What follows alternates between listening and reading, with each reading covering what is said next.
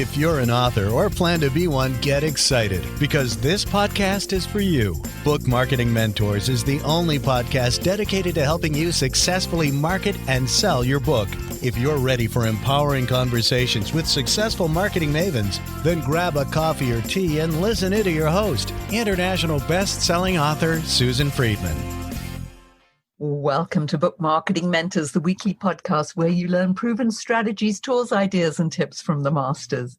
Every week, I introduce you to a marketing master who will share their expertise to help you market and sell more books.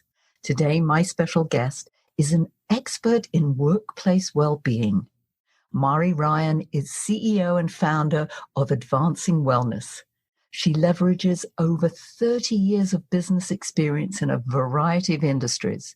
For the past decade, Mari has been creating thriving workplaces through her consulting work and speaking on worksite well-being. Mari is the author of the award-winning book, The Thriving Hive: How People-Centric Workplaces Ignite Engagement and Fuel Results.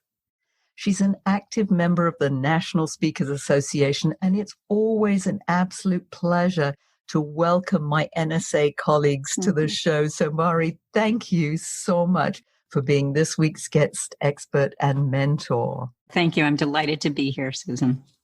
Mari, you've written your best-selling book, The Thriving Hive. It's a parable. I've never interviewed anybody who's written a parable. Talk to us about that, especially as it relates to you working in a corporate environment. I mean, how do they take to, that whole concept of you being, writing a parable all about bees of all things? Well, I love this question, Susan, because it draws on a number of different things. And a part of this, as a fellow speaker, you know that when we want to engage an audience, we often tell stories.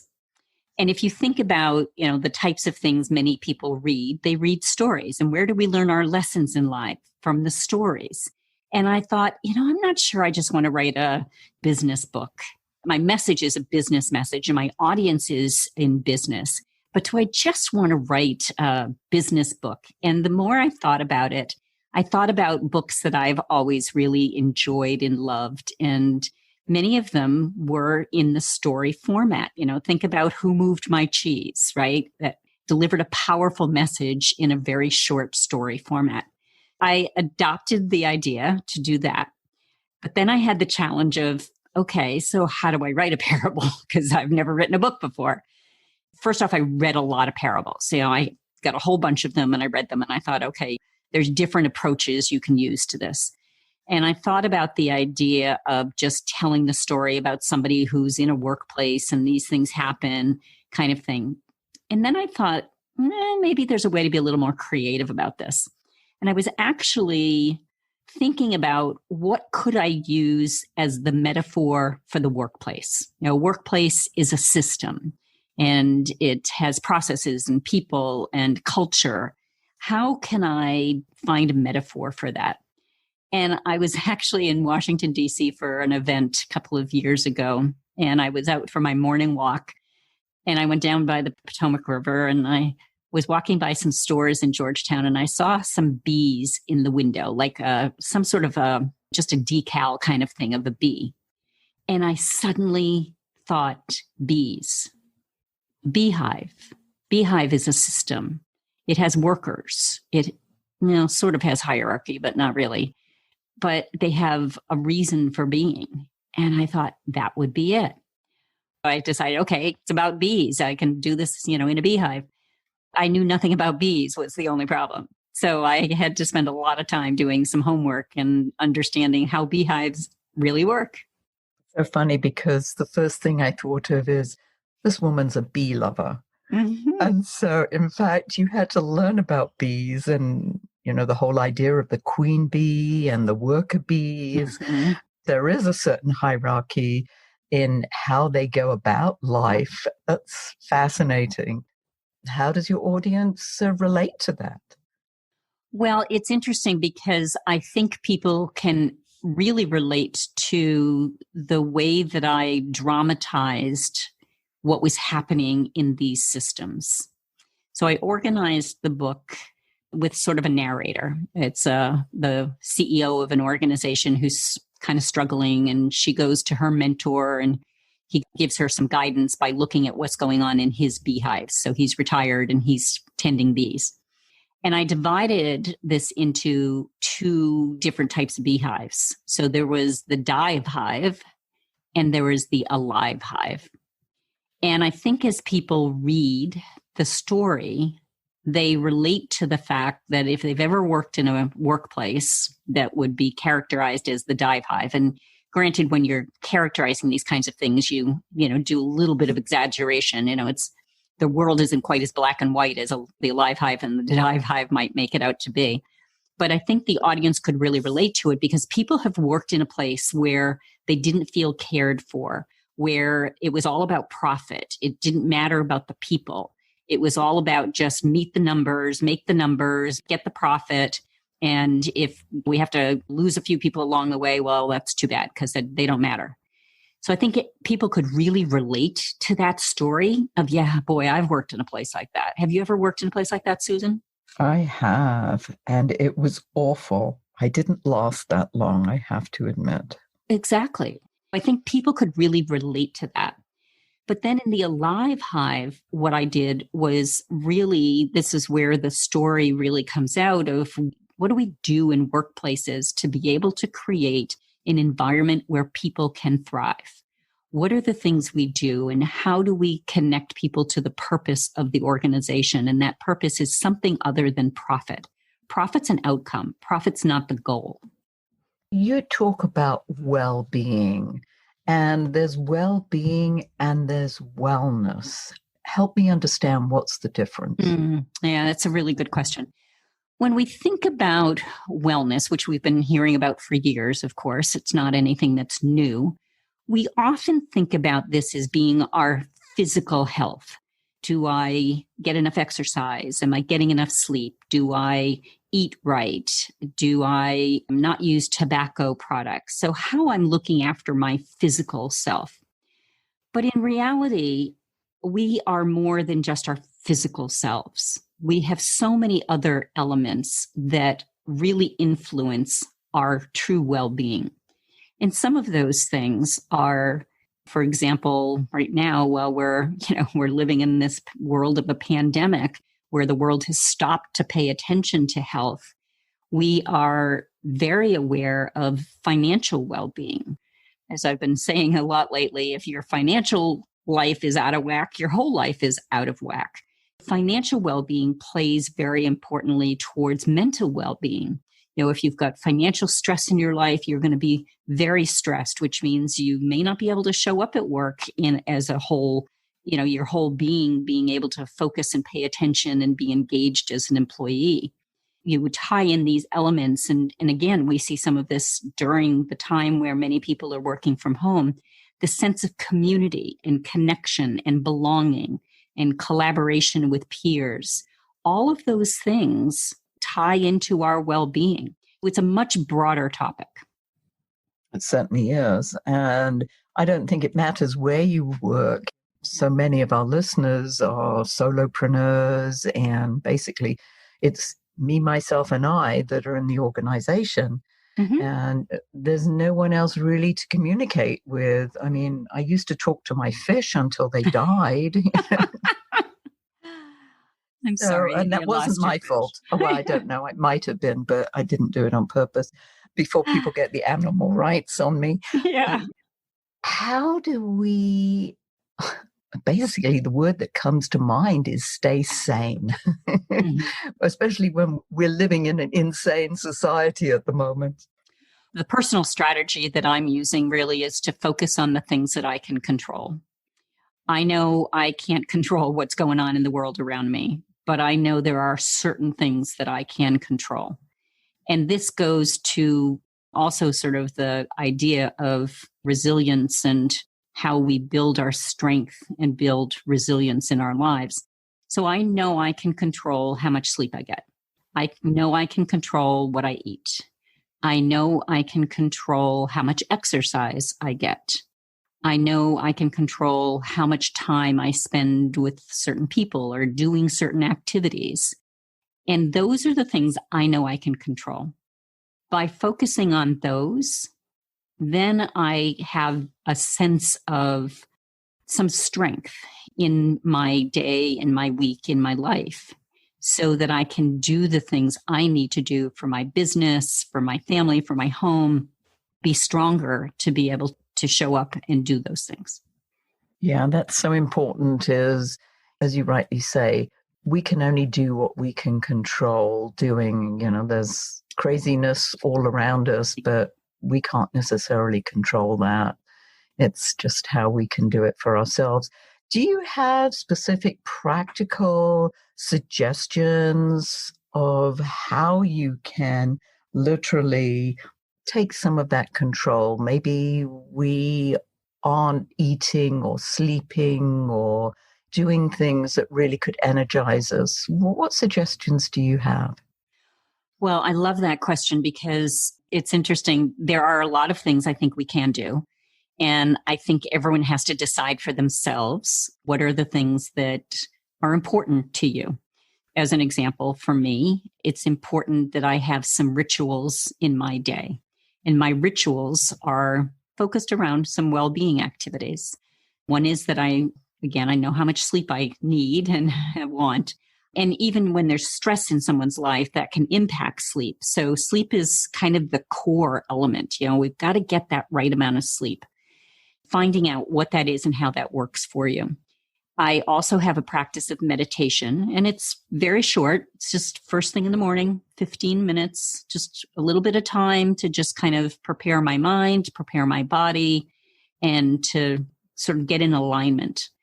I also have an exercise ritual. I start my day with exercise. That's when I'm highest energy. I know when my energy is high. That's my highest energy time. And it gives me the energy to really power me through the day. The next element is around healthy eating.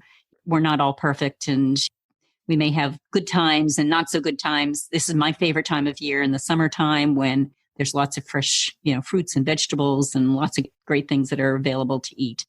I really try to focus on that. It's not to say I don't have chocolate or I don't drink wine or any of those things, because I do, but I just do those things in moderation. And when I can have those rituals as part of my day, that prepares me to show up at work and to be able to do the things that I need to do and prioritize the things I need to do to be able to run my business. In this new era of chaotic normal, or whatever your new normal, as people are referring to it, what are you doing differently that is helping your business? Well, there's a number of things. I really believe that it's very important to stay visible. If I were to just hunker down and say, all right, I'm just going to kind of hide out until this is over, well, that's not going to work, because we thought this was going to be over in March or over in April, and it's July and it's still not over, and it's not going to be for a while. So I think staying visible is one of the things that I'm a firm believer you need to do. I belong to some networking groups. I do a lot of social media so that I'm, again, top of mind for people. As long as I'm out there putting my name out there, people can see what I'm thinking about, what I think is important relative to well-being in the workplace. It really helps to stay in front of the audience that I'm attracting. And I think that's probably the biggest thing. I think if I could have a second one, it's reaching out to people, connecting, making sure that you're staying connected, seeing how people are doing, just checking in. How's it going for you? Are you doing okay? Anything I can do to help you? And just being able to do that in a sincere way so that people know that you care. Yeah, some great ideas. When you say social media, are you writing blogs? Are you writing articles? What do you find for your audience is the most effective? The answer is yes, yes, yes, and yes. I have a cadence of things that I do. My audience is pretty much a business audience, so I'm on LinkedIn a lot, but I also use Twitter and Facebook and a few other things, but it's mostly targeted to LinkedIn. I post 2 or sometimes 3 times a day on LinkedIn. And those are sometimes original articles. I write a blog right now it's every 2 weeks. I post a video. I do video interviews and I post those every 2 weeks. Those are kind of a companion. The blog and the video are on a similar topic. Then I take the both of them and wrap it into an article that I post on LinkedIn so that it's there sort of historically, easy for people to find. So they don't have to go to my website. They can easily find it right on my LinkedIn profile. And then I also curate content. I don't have to be the original thinker on everything. There's a lot of great things in the world, and I want my audience to know about that. I pull things from resources like the Harvard Business Review and Forbes, and because my audience is largely human resource managers, I might pull things from the Society of Human Resource Management. So I have all of these regular sources I go to. I build a habit that in the morning, I'm going to spend 10 minutes looking for 1 or 2 or 3 sometimes, maybe, articles that I'm going to post that I've curated from these other sources that relate to some topic that's tied to well-being in the workplace. That's fantastic. I mean, just that whole idea of not having to necessarily be the person who's coming up with all the information. I think there sometimes is that feeling that it's got to come from us. And if it doesn't, well, that I don't know where else to go. But that whole idea of being able to curate some content and going, as you say, to some of these major resources. Talk to us more about curation. I've had a few people on the show who've talked about it, but I'm interested in your side. Where do you give credit? I mean, do you just take the article? Do you just take a URL? What do you do? I'm basically just taking the URL, which in many cases, and when it doesn't work, I actually don't use it. But generally, when I take the URL and paste it into, let's take LinkedIn as the example, when you're creating a post, it's going to go to that source and it's going to pull up whatever the lead image is, and it's going to pull the information from that article. It will also post the title generally of that article. Now, I might comment on that article. I might comment on, here's a really interesting view about why workplace culture is so important in the age of working from home, as an example. So I may comment about that. In some cases, I might just pass along the article. It's very easy to do, doesn't take a lot of time. I also save those articles. I use a tool, Evernote. I'm kind of recording them in my own filing system so that if I want to write an article on a particular topic later, I can go back and I can find all of those things that I've previously posted. And so it does multiple things. One is it puts me out there saying, oh, look at all these interesting things she's reading about and seeing. I become a source of good information on my topic. And then by the fact that I've saved it on my own filing system, what it does is it then gives me access to that information later when I do want to write an article or a blog or something on that topic. And this is so important as people develop the idea of being seen as an expert authority in their field. And it definitely sounds as if that's exactly what you are, because you're on top of everything that's going on in your environment. Now, do you work with any particular industries? Or I know you mentioned HR. Do you work in industries that are particularly interested in what you have to say? No, there are no particular vertical industries that I worked in. I've had clients in healthcare and hospitals and manufacturing and high tech. Last year, I worked with a grocery company in New Jersey. It doesn't matter what the industry is. They just need to have employees. Mm-hmm. And it's the people that are really what I'm focused on. Any organization that has people. And I tend to work with larger employers. My smallest client right now has about 1,000 employees. So it tend to be larger. How about doing virtual presentations? Is that something that you've been called to do? I do a lot of speaking. And when the pandemic hit and we shut down, all my in-person speaking engagements disappeared pretty much overnight. And most of those have now transitioned to online. So I'm doing a lot of virtual presenting, and I am even a certified virtual presenter, a little credential to go with that. Yes, I'm doing a lot of that. I have 9 speaking engagements in the next 2 months. So it's really been picking up a lot lately now that people get that this is where we are, this is where we're going to stay, and let's figure out how to make the most of it. Yes, and that's absolutely the way we have to go. It's interesting because I too did that virtual presentation certification, and it was fun to do it, even though I've been doing virtual for many years. It was fun just to get acknowledged that, okay, now I'm certified to do virtual presentations. It's more official now. Exactly. Tell us more about how we can get the book, find out more about you. What's going on there? All of the information about who I am and my company is available on our website. Company name is Advancing Wellness, and our URL is advwellness.com. And there's a page right there for my book, The Thriving Hive, How People-Centric Workplaces Ignite Engagement and Fuel Results. The book is available on Amazon in the ebook format or Kindle format, the paperback, and it is also available on Audible. Now, on Audible, did you narrate it or did somebody else narrate it? This was kind of interesting. I had a serendipitous kind of 3 weeks before the ebook was coming out. So I first published the ebook and then 4 weeks later published the paperback.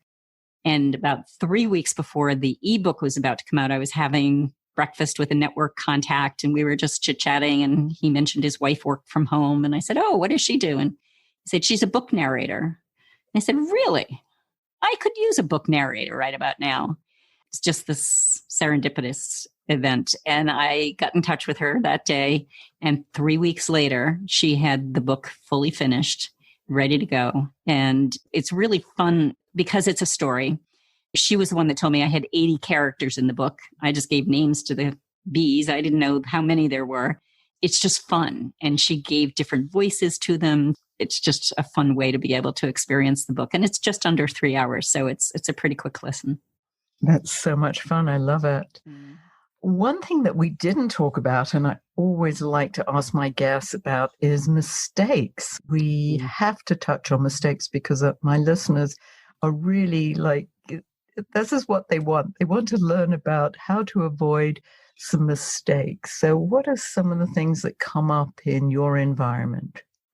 When I was writing the book, it actually went pretty smoothly. It took me less than 6 months to go from start to completed second draft. So I wouldn't say so much around the book writing. I would say, if anything, with the marketing piece of the book. And we have to remember that writing the book is sometimes not the hard part. It's the marketing, because the marketing of the book goes on in perpetuity. We never stop marketing our book. And I would say the mistake I've made is not being quite as self-promoting as I can be with that, in meaning that when I'm talking with people about speaking engagements, making sure I'm saying, "Oh, and here's an option to buy X number of copies of the book for your audience." So I think I just need to be much more aggressive or assertive in my, maybe not aggressive, but assertive in my approach to making sure people know that this is a part of who I am and the message that I'm delivering, and the way that they can consume that message is in another form.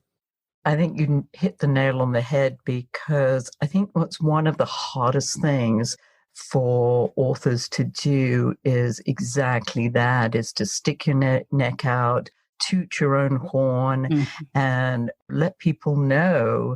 Now, you did it so nicely. When I asked you about your book, you had it down pat. And I think that's key, is to have those sound bites, and you know exactly what you're going to say, how you're going to say it. And It just makes it easier and you remember to do it.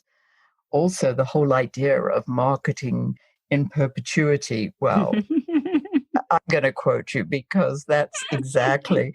I interviewed somebody yesterday and they said one of her authors, she also works with authors, and she said they always get asked, well, when does this marketing stuff stop?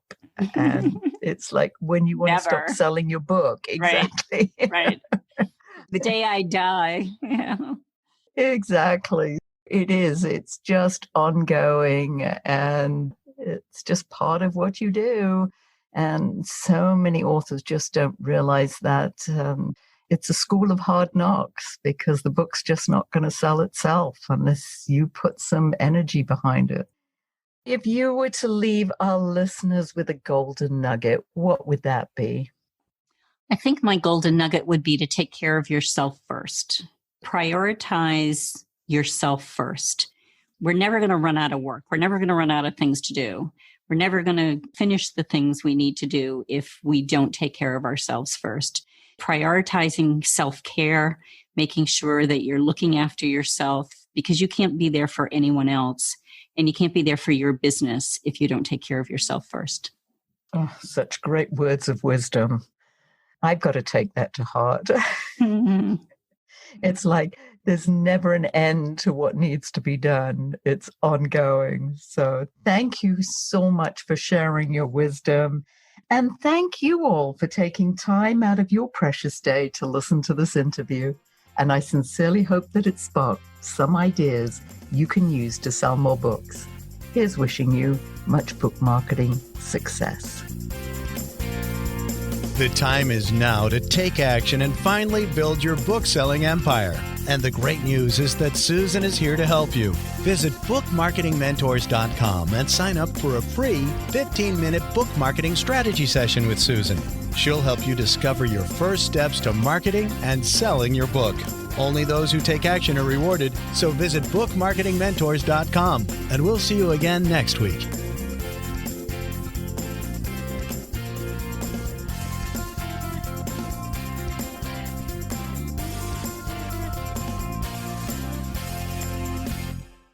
This podcast is a part of the C-Suite Radio Network. For more top business podcasts, visit c-suiteradio.com.